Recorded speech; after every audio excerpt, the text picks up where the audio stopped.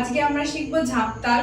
ঝাঁপতাল মাত্রা সংখ্যা 10, বিভাগ 4টি, 3টি তালি, একটি খালি, ছন্দ সংখ্যা 2 3 2 3।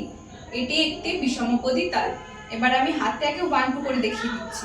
1 2 1 2 3 1 2 1 2 3 1। এবার আমি বল দিয়ে দেখাচ্ছি। ধি না ধি ধি না তি না ধি ধি না ধি।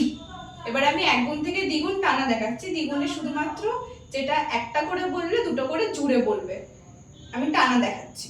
ধি না ধি ধি না তি না ধি ধি না ধি না ধি ধি না তি না ধি ধি না ধি না ধি ধি না তি না ধি ধি না ধি। এভাবে এক গুণ থেকে দ্বিগুণ করতে হয়। এবার আমি পাটা দেখাচ্ছি।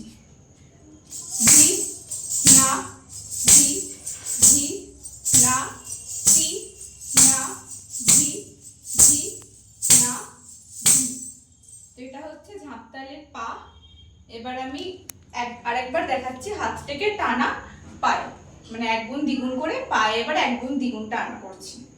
ধি না ধি ধি না তি না ধি ধি না ধি না ধি ধি না তি না ধি ধি না ধি না ধি ধি না তি না ধি ধি না ধি।